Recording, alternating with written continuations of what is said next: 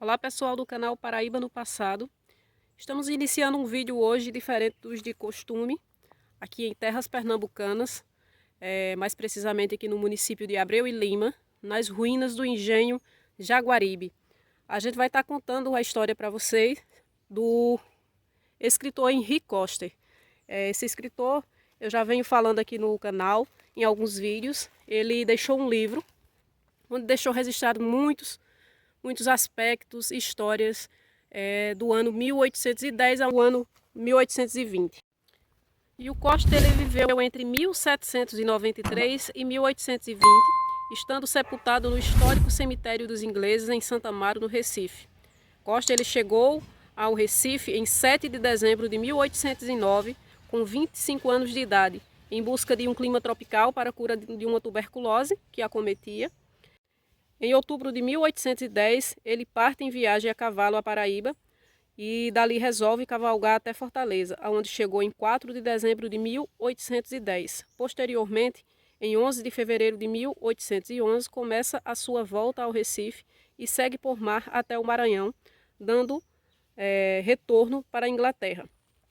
Então hoje eu estou aqui no engenho Jaguaribe, porque foi onde Henri Coster se estabeleceu, né? Estabeleceu-se aqui em Pernambuco.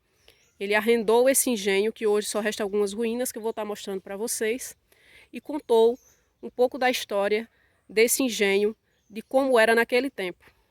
E nessa área das ruínas foi feito um estudo arqueológico e foi encontrado ossadas humanas. Provavelmente aqui seria o cemitério dos escravos, já que os senhores, em sua maioria, eram sepultados na capela, né? Ali a gente tem alguns resquícios da ruína de que provavelmente seria a capela aqui do engenho Jaguaribe. Costa ele fala que esse engenho existia capela, existia senzala quando ele aqui morou. Aqui ainda encontramos algumas paredes construídas de pedra e barro que provavelmente fazia parte da capela do engenho. Restam aqui apenas parte das paredes dessa edificação. E o Henri Coster ele deixou escrito sobre o engenho Jaguaribe os seguintes relatos. Em princípios de abril de 1812, tomamos posse de um engenho no Jaguaribe, distante 4 léguas do Recife. Do outro lado, ainda perto, eleva-se o Pico de São Bento, e são as terras de mandioca e de milho e floresta. Desse lugar não se vê as casas, mas ouvimos o bimbalhar dos sinos da capela. A capela de São Bento também está em ruína, e a gente vai estar indo para lá para também filmar para vocês o que resta das ruínas da capela de São Bento, que ele deixa relatos que participou de festas, que conheceu os frades daquele templo e também os escravos que trabalhavam para o engenho da igreja de São Bento. Bem pessoal, chegamos aqui nas ruínas da igreja de São Bento, que fica aqui no alto, no topo de uma colina aqui no município também de Abreu e Lima. E nessa igreja foi onde o Henri Coster ele veio e participou de algumas festas e deixa alguns relatos também de como era o trabalho escravo. A capela é situada no mais alto ponto de elevação. A casa onde os frades moravam se via com prosperidade. As senzalas formavam um semicírculo, incluindo a capela. E aqui na lateral, provavelmente, essas pilastras faziam parte do engenho, né? Ele deixa relatos que participou de uma festa aqui, de frente a essa capela, e que era de costume as pessoas trazerem esteiras para colocarem no pátio, já que não existia bancos nem mesas, né? Existiam, mas era poucas. Hoje só resta aqui as ruínas, infelizmente, assim como o nosso estado aqui em Pernambuco também. Os nossos patrimônios históricos estão esquecidos. Infelizmente só resta a ruína aqui da igreja de São Bento, que fica no elevado cume aqui, com essa bela paisagem. Pelo que resta aqui dá pra gente ver que era uma igreja de grandes dimensões.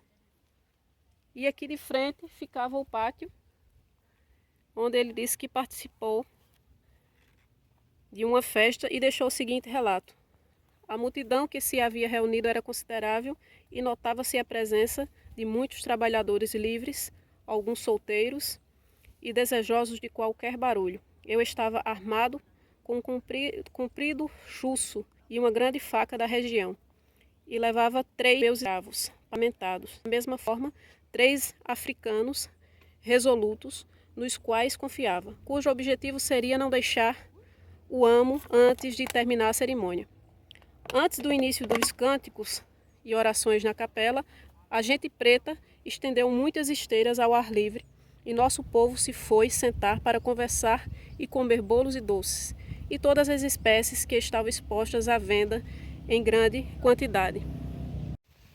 Partindo daqui, das ruínas da igreja de São Bento, a gente vai passar na cidade de Igaraçu para mostrar também um pouco de onde ele deixou registrado no seu livro alguns fatos, e também vamos para a ilha de Itamaracá, onde ele também arrendou um engenho, que era o Engenho Amparo, para filmar as ruínas da capela que ainda existe.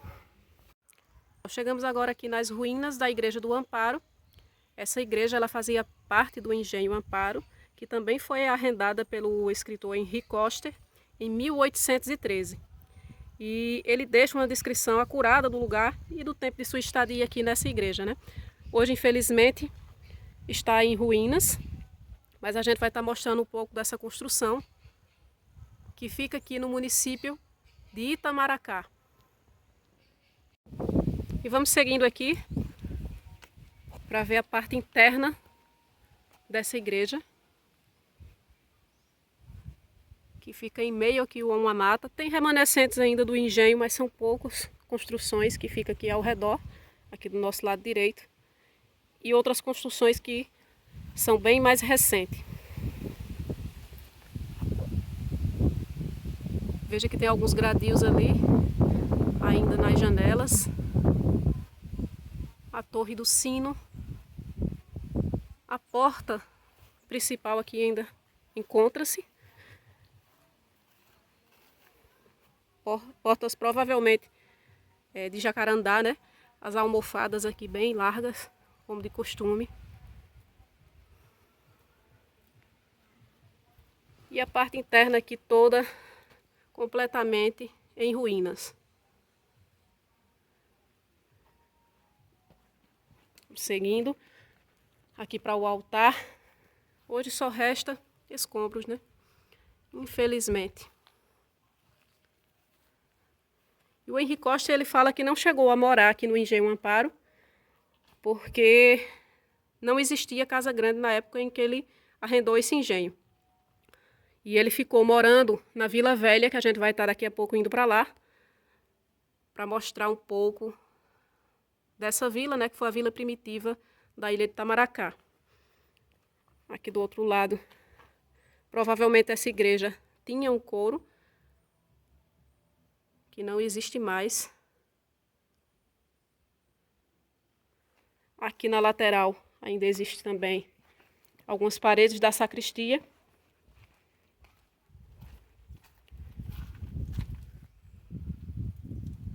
Completamente em ruína também. E aqui o altar. Infelizmente, mais um patrimônio histórico esquecido, né? Em ruínas. E daqui a gente vai seguir para Vila Velha, que na época em que Henri Coster morou era Vila Conceição. Eu vou estar mostrando para vocês lá outra igreja, que ele cita também em seu livro, e algumas construções da época. Bem, pessoal, chegamos agora aqui à paróquia de Itamaracá. Aqui próximo a essa igreja foi onde Henri Coster se instalou, né? Onde ele viveu para tomar conta do Engenho Amparo, como ele deixou descrito. A praça onde se encontrava a nova residência dele, a casa paroquial comprida e baixa, construção branca e cerca de 15 cabanas dispersas e muito espaçosas. Então, essa era a igreja que ele relata no livro, de onde veio algumas festas, e que quem geria essa paróquia era o padre Tenório, né? O famoso vigário Pedro de Souza Tenório, que foi um mártir da Revolução de 1817 e que conheceu pessoalmente o escritor Henri Coster. Daqui a gente vai para a Igreja Velha, para a gente mostrar lá também que era uma paróquia, uma igreja que era conhecida como a Igreja de Nossa Senhora do Rosário, Padroeira dos Negros, que hoje está em ruína, mas tem como a gente mostrar para vocês o que resta dessa construção. Chegamos aqui na Igreja de Nossa Senhora do Rosário. Ela era dedicada aos negros. Hoje só encontra-se aqui as ruínas. E aqui na lateral o cemitério. Ele fala que da rua da casa dele dava para ver essa igreja, né? Então essa igreja fica próxima à paróquia principal, onde fizemos o vídeo anteriormente. E hoje aqui só restam algumas paredes e alguns túmulos na parte de trás aqui do cemitério da Igreja do Rosário. Então, pessoal, esse vídeo eu fiz mais para contar a história do Henri Coster, né? E já vou indicando para vocês, quem puder comprar o livro, é bastante interessante, não vão se arrepender.